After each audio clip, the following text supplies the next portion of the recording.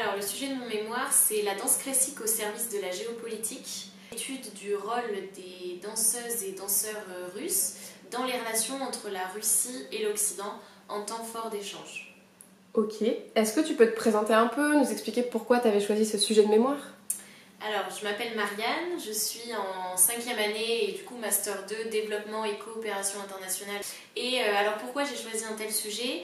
Déjà parce que donc, il fallait qu'il soit dans la thématique de mes études et j'ai voulu mêler à cela ma passion qui est la danse classique. Donc je me suis dit comment mêler les deux, quel rôle peut avoir la danse classique dans la géopolitique, dans les relations internationales. Et du coup, je suis partie en fait d'articles de presse qui sortaient sur la guerre en Ukraine, où je voyais un peu un rappel de ce qui pouvait se passer en temps de guerre froide. Je m'explique. Du coup, je voyais des articles concernant par exemple le Bolchoï et le Kirov qui n'étaient pas invités en tournée en Europe, notamment en France et au Royaume-Uni.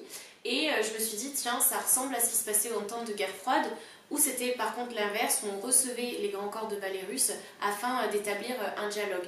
Donc en fait, j'ai analysé donc, ce qui se passait dans le contexte actuel au niveau des grands corps de ballet en Russie, dans une perspective historique de la guerre froide.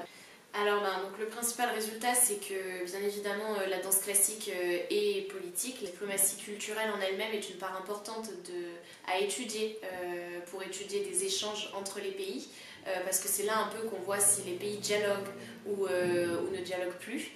Ce que j'ai beaucoup aimé dans mes recherches, c'est que j'ai pu me remettre en question aussi. Après, il est vrai que la recherche a été assez difficile parce qu'il y a eu du coup peu d'écrits sur ce thème-là.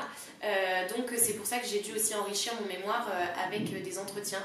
Mais du coup, ce qui a été super, parce que ça a été une autre forme d'expérience que j'ai vécue dans ce travail-là.